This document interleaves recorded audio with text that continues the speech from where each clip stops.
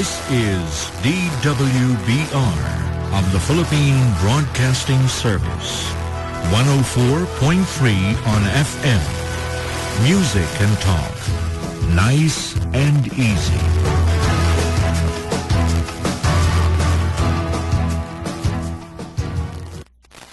The time is 12 o'clock. Good afternoon. Here is the 12 o'clock edition of the Network News. The Bureau of Fisheries and Aquatic Resources has sent a surveillance vessel to guard the waters of Zamboanga City to protect local fishermen and to check for fleeing suspected Moro National Liberation Front or MNLF members.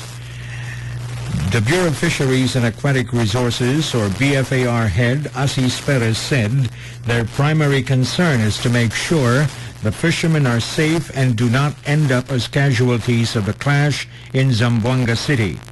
Perez said some fishermen had gone out to sea to catch fish, even if the fighting is not quite over. The Armed Forces of the Philippines, or AFP, said some MNLF members may be trying to escape.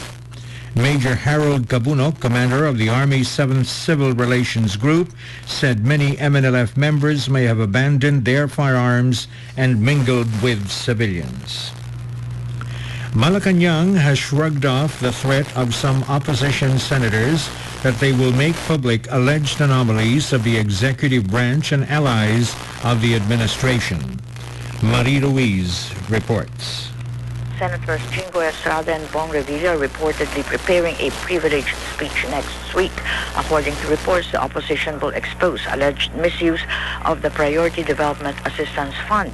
Presidential Communications Secretary Ricky Carandang said the Department of Justice is not engaged in politics. Carandang said the DOJ filed plunder and malversation of public funds cases based on evidence. Budget Secretary Butchabad challenged the opposition to file cases before the Ombudsman if they have evidence. Marie Peña Ruiz for PBS News. The Philippine National Police in Metropolitan Manila are now on heightened alert as a precaution against possible attacks by groups sympathizing with the Moro National Liberation Front, or MNLF, or those merely trying to exploit the situation. National Capital Region Police Office Marcelo Garbo said National Capital Region Police Office Chief Marcelo Garbo said he ordered personnel from district directors down to the block and precinct commanders to be vigilant. Garbo particularly ordered intensified security on vital installations, including government offices and transport terminals. He said he wants to make sure the metropolis is safe. Also, he cited the bombing of 2 mall movie houses in Davao City last Monday. The Armed Forces of the Philippines, or AFP, has belied Moro National Liberation Front, or MNLF, spokesman Emmanuel Fontanilla's claim that at least 200 government troopers had been killed in the still ongoing Zamboanga City conflict. Alvin Baltazar reports. According to AFP spokesman Brigadier General Domingo Tutaan, there is no truth into such kind of statement issued by Fontanilla, which says that a chopper had crashed where several soldiers were on board while 3 armored vehicles got destroyed by the rebel members. Tutan insists that only 12 soldiers have been killed in this standoff, including the fatality reported just this morning. The official believes that such kind of statement is just a psy-war tactic by the MNLF group, especially that their forces is now weakening. Alvin Baltazar for PBS News. Retired Cebu Archbishop Ricardo Cardinal Vidal is recovering from a mild stroke he suffered in Cebu.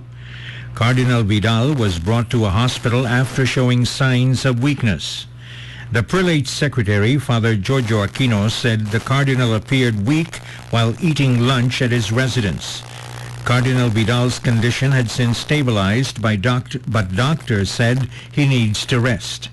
The prelate resigned as Cebu Archbishop in October 2010. He was replaced by Jose Palma, now the outgoing president of the Catholic Bishops' Conference of the Philippines.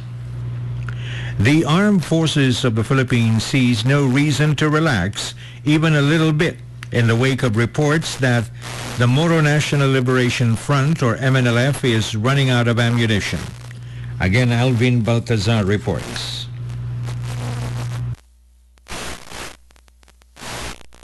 AFP spokesman Brigadier General Domingo Tutaan said that they have to remain on alert since enemies are still capable to kill anybody.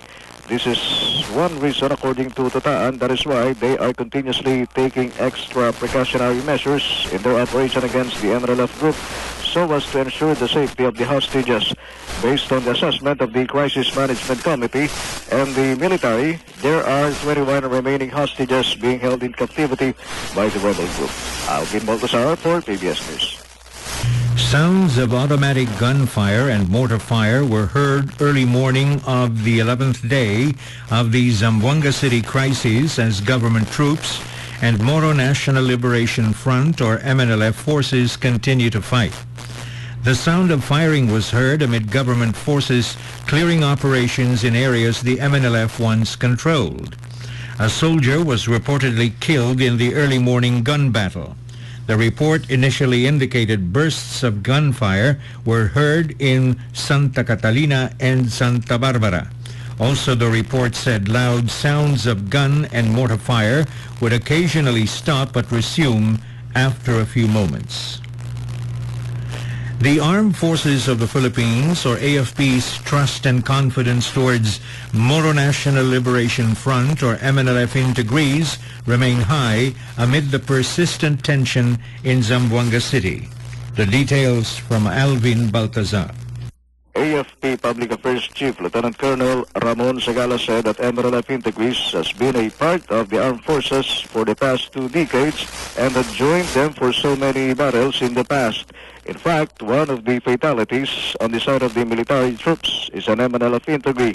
Sagala stated that integrees' loyalty has been put to test for so many times and that they are confident that former MNLF members will remain loyal to the Republic. Alvin Baltazar for PBS News. The Davao City government has allayed fears caused by text messages reportedly claiming explosions nearly 2 days after explosions rocked 2 mall movie houses in the city. The Davao Disaster Risk Reduction and Management Office branded as false such text messages. It said authorities were earlier deployed only to check on suspicious objects as regular precautionary measures. The Davao City government said all were cleared following thorough inspections. The Philippine Airlines, or PAL, resumes partial operations to Zamboanga starting today following the reopening of the city's airport. Melanie Baldos reports. PAL Express will operate 1 flight Manila-Zamboanga, Manila today and 2 flights each on Friday and Saturday, using the Airbus Air 320 aircraft that can accommodate up to 180 passengers. Priority will be given to ticketed passengers with bookings on the above flights and dates. Any remaining seats will be given to passengers of previously cancelled flights on first-come, first-served basis. At Zamboanga, only passengers with one-piece hand-carried bag and no check-in luggages will be allowed to board the aircraft. Meanwhile, flights from Zamboanga to Cebu, Davao, Jolo, and Tawi-Tawi remain suspended. Melanie Valdes reporting for PBS News.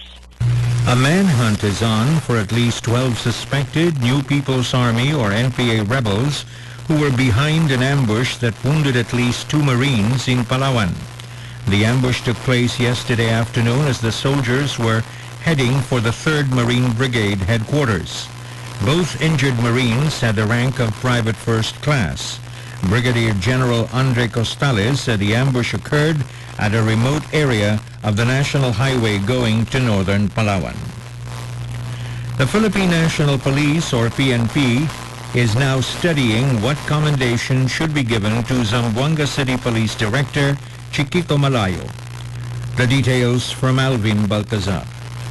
According to PNP Deputy Director General Felipe Rojas, Malayo displayed an exemplary gallantry as it's so hard to think that he was able to convince 23 MNLF members to surrender. Moreover, 27 firearms were also surrendered by the rebel members to Colonel Malayo. As of now, Roa said that a deliberation is now being performed so they could determine what kind of recognition would be given to the brave police official. Alvin Baltazar for PBS News.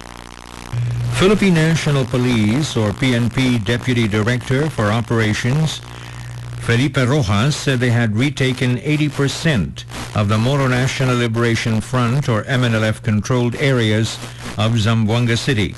Rojas said clearing operations are ongoing. For its part, the Armed Forces of the Philippines, or AFP, said the number of casualties has already exceeded the 100 mark. The Armed Forces of the Philippines said the fatalities included 83 rogue MNLF elements, 11 soldiers, 3 policemen, and 7 civilians, for a total of 104 dead. Senator Sani Angara has hailed the signing of the anti-bullying bill into law. Angara said this new piece of legislation is a huge step in protecting children from the earliest forms of violence. Jojo Ismail reports. Angara, one of the principal authors of the anti-bullying measure, congratulated both houses of Congress and President Nonoy Aquino for working together in providing the Filipino youth the opportunity for maximum learning in a peaceful and violence-free setting to the passage of this law. Under the Anti-Bullying Act of 2013, or Republic Act 10627, all elementary and secondary schools are required to adopt policies to prevent and address bullying in their institutions within 6 months after the law becomes effective. The law defines bullying as any severe or repeated use by one or more students of a written, verbal, or electronic expression, or a physical act or gesture, or any combination thereof, directed at another student that has the effect of actually causing or placing the latter in reasonable fear of physical or emotional harm or damage to his property, creating a hostile environment at school for other students. For PBS News, George Ismael, Senate. At least one soldier was reported killed in fresh fighting early morning of the 11th day of the armed confrontations between the government and the Moro National Liberation Front, or MNLF forces in Zamboanga City. The firefight occurred in Barangay Santa Catalina, one of the areas where the MNLF had holed up days before the village was retaken by government troops. Meanwhile, another group of MNLF members from Barangay Santa Catalina surrendered. Senator Aquilino Pimentel today rebuked the Bureau of Fire Protection for a serious lapse in failing to modernize the country's fire protection program despite the availability of 2.08 billion pesos in state funds that remained idle in the past 3 years. Again, Jojo Ismail reports. Citing the findings of the Commission on Audit, Pimentel said that the head of the BFP must have been sleeping on the job due to his abject failure to put to good use the allocations, depriving the public of the much softer protection against the calamitous effects of fires. He also did not discount the possibility that favored contractors must have become obstacles to BFP's modernization program after a series of public bidding for the procurement of fire trucks, supplies, and related equipment ended in lawsuits and countersuits. Pimentel enjoined the Department of Interior and Local Government to immediately finish its review of the documents pertaining to the procurement of fire trucks and other equipment so that the public will not be deprived of the benefits of the modernization program. For PBS News, George Ismael, Senate. The Philippine Drug Enforcement Agency has proposed for the granting of hazard pay to its personnel who are directly exposed to various dangers and health risks in the conduct of anti-illegal drug operations. Alvin Baltazar reports. PDEA Director General Undersecretary Arturo Cacdac said that the request of the agency to the Office of the President for the issuance of an executive order granting hazard pay to 1,285 deserving PDEA personnel will require an annual allocation for 180,846,596 pesos. The following PDEA personnel are recommended to be entitled to hazard pay: directors, agents, security officers and special investigators, animal handlers, chemists, laboratory technicians, and aides, prison guards, dangerous drugs regulation officers, and legal officers. Alvin Baltazar for PBS News. And with that, we conclude the 12 o'clock edition of the Network News. This is Bon Vivar reporting. This is Business Radio.